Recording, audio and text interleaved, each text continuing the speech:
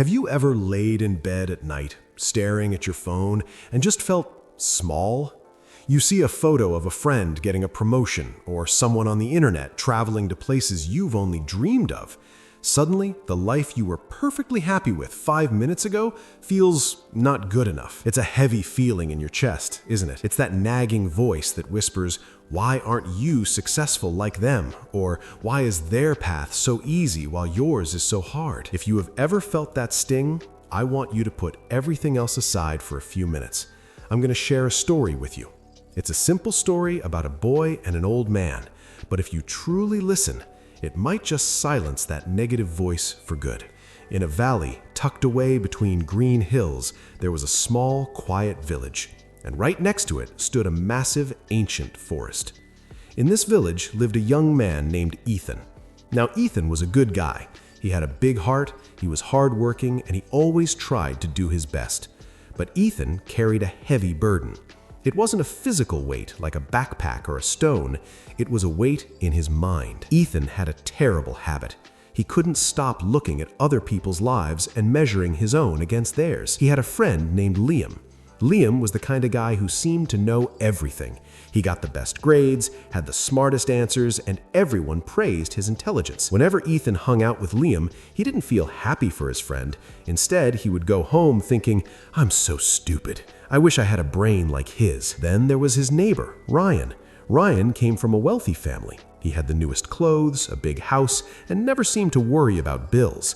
Ethan would look at his own small house and think, "Must be nice. I'll never be that rich. I'm just unlucky." It didn't stop there. Even if he saw someone running down the street faster than him, he'd feel bad about his own fitness. This constant cycle of looking outward and feeling inward pain was destroying him. He couldn't focus on his work. He couldn't enjoy his hobbies. He was living his life in a shadow he created himself. One afternoon, a visitor came to the village. He was an old man with a long white beard and eyes that seemed to sparkle with a century of secrets. Everyone called him Grandpa Joe.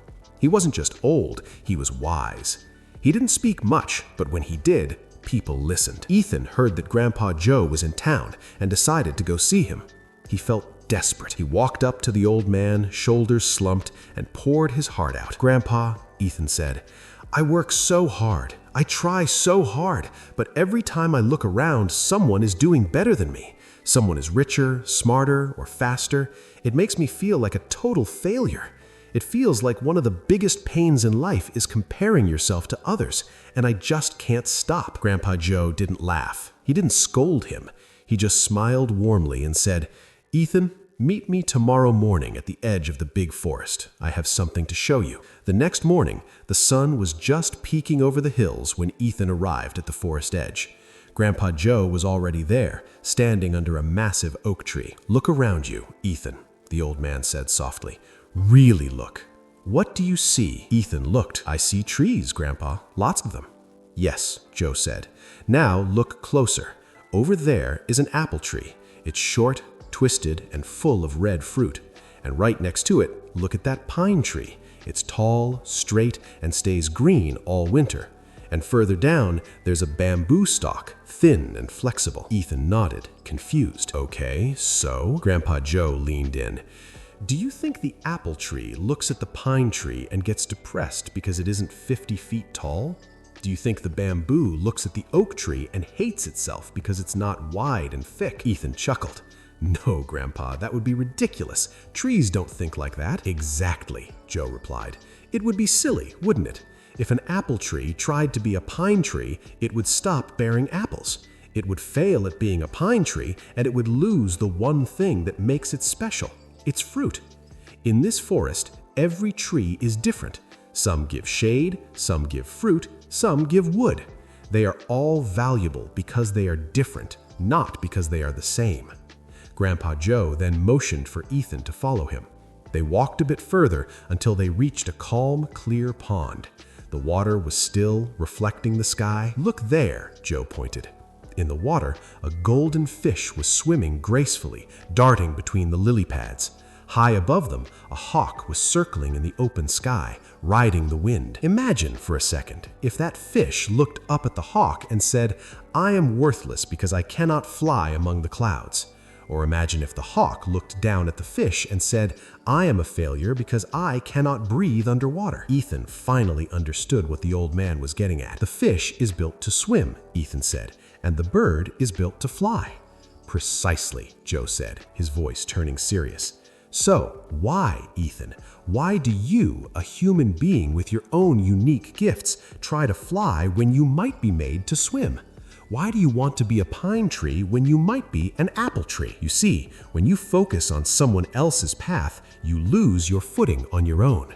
You trip, you fall, and you get nowhere. We often think, why is she so successful and I'm not? But we forget that her timeline is not your timeline. That conversation changed something inside Ethan. It wasn't like magic. His problems didn't disappear overnight, but his mindset shifted. He realized that comparing his chapter 1 to someone else's chapter 20 was a game he would never win. He stopped worrying about how much money Ryan had. Instead, he focused on saving his own money, bit by bit. He stopped feeling dumb around Liam. Instead, he focused on reading books that interested him, becoming smart in his own way. Years went by. Ethan didn't become a billionaire and he didn't become a genius scientist, but he opened a small shop in the village. It was unique, filled with things he loved, and he ran it with a passion that no one else had. The villagers loved it. He was successful, not because he beat Ryan or Liam, but because he became the best version of Ethan. Whenever young people came to his shop, looking sad or jealous of others, Ethan would tell them, "The sun and the moon share the same sky, but they never shine at the same time, and yet both are beautiful.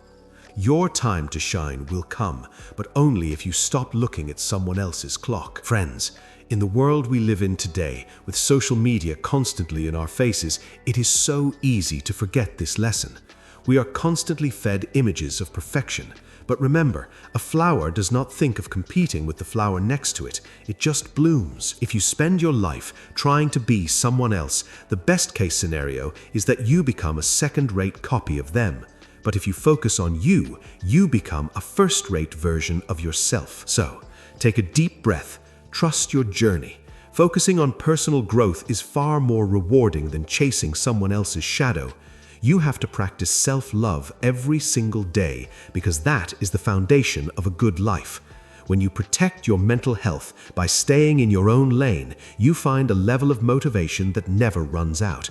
Developing a success mindset isn't about beating others, it's about bettering yourself. True happiness comes when you stop watching the scoreboard. You are capable of overcoming insecurity if you just look at your own strengths. These are the life lessons that turn a struggle into a triumph. Embrace positive thinking, not the toxic kind, but the kind that says, "I am enough." And finally, protect your inner peace. It is the most expensive thing you own, so don't let comparisons steal it. If this story helped you feel a little lighter today, please do me a small favor. Hit that like button so this message can reach more people who need to hear it. And if you want more stories like this to help you on your journey, make sure to subscribe. Until next time, keep swimming your own swim.